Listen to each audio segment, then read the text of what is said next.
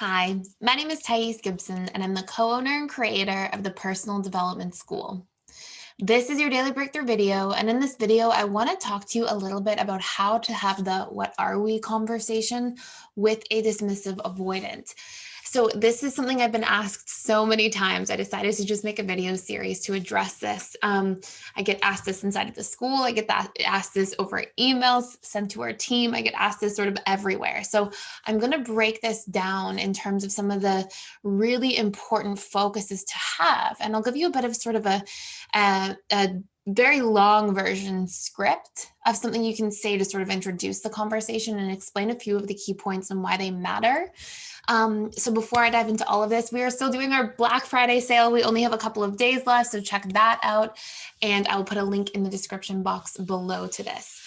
So first and foremost, if you are going to have a "what are we" conversation with anybody, I want you to take note that your focus is you have needs. You have a trajectory that you want to move along as a human being.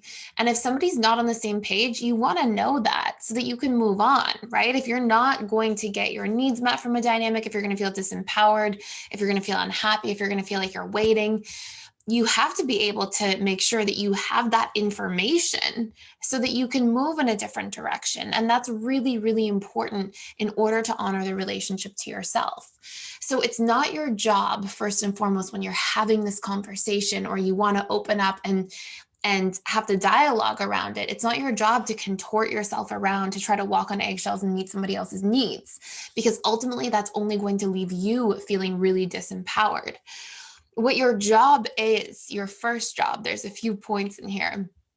Your first job is to get really clear about what you want and what a fair timeline is for you. Like if you want to be in a relationship and that's important to you and that's something you're looking for, maybe you go, okay, I'm happy to be in a relationship in the next like 3 to 6 months. I'm really interested in this person. I'm okay to be patient. That's fine.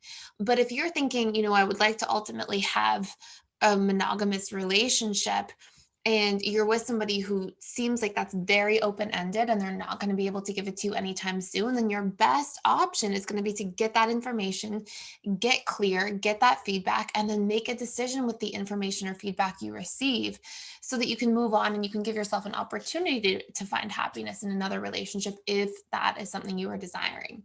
So your first job is to get really clear about what you need. Your second job is to also, at the same time, while I say that, to take into consideration that everybody has different subconscious programming. So we have these courses inside the school, and they go through the life cycle of a relationship in each of the 6 stages. And I have some videos on this channel about this as well.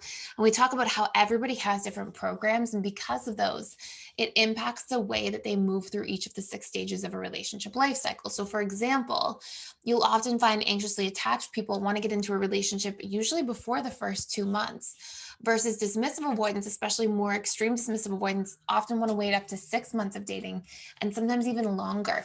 And so, we have to take into consideration somebody else's programming and be mindful of that.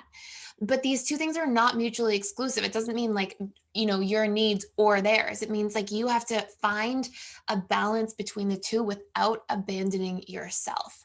And what this is going to require is a really clear conversation that needs to be had. So you might start, for example, by saying something like, hey, I came into this relationship dynamic that we have without any kind of clear intention, but lately I've been reflecting a lot more.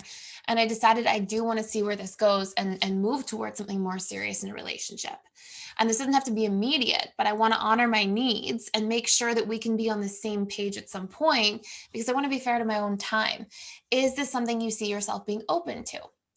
And so by having that conversation, you make room for feedback so that you don't end up wasting your own time. And so that that person, if they're really not looking for a relationship, doesn't have to go through, an extra pain point of a breakup if it's not going to work anyway. So it's a fair dialogue to have. And I know a lot of people have this fear of like, what if I appear needy? What if I appear the only way you're not going to appear needy in some form is if you're actually honoring yourself, if you're actually honoring your own needs, your own boundaries, what you want. And if you come in fully clear about that without pressuring, just saying like, listen, I need the feedback because I have to be fair to my own time, then the neediness isn't going to be there. Okay, so sometimes we can be afraid of the answer that we're going to get. Sometimes we can be afraid of the change in the dynamic. But ultimately, if this is a place you're at in a relationship, if you've been dating somebody for months and you are like really trying to move in the next direction and you need that feedback, you can't abandon yourself by just leaving those needs at the door, right? So it's really important to be able to open it. And your fifth main thing in here is to not personalize any output of the experience. It doesn't, if somebody says they don't want to be in a romantic relationship or they don't jump at the thought of it, it doesn't mean that you're not good enough. It doesn't mean you're not worthy. It means somebody else has a different set of subconscious personality needs, subconscious fears and belief patterns, and they have their own paradigm and they have different motivations for different things. It doesn't define your worth in this experience. And so you want to honor your time, be aware of that, open the dialogue, get the feedback, and then you have the appropriate amount of information to decide how you would like to proceed. So I hope that makes sense. This is a really important topic, honestly, especially because it has so much to do with honoring the relationship to ourselves. So stay tuned for the next part of the series where I will talk about this for the fearful avoidant, the anxiously attached, and the secure. Thank you so much for watching and for being here. Please like, share, and subscribe if you're getting a lot of value out of this channel, and I will see you in the next video.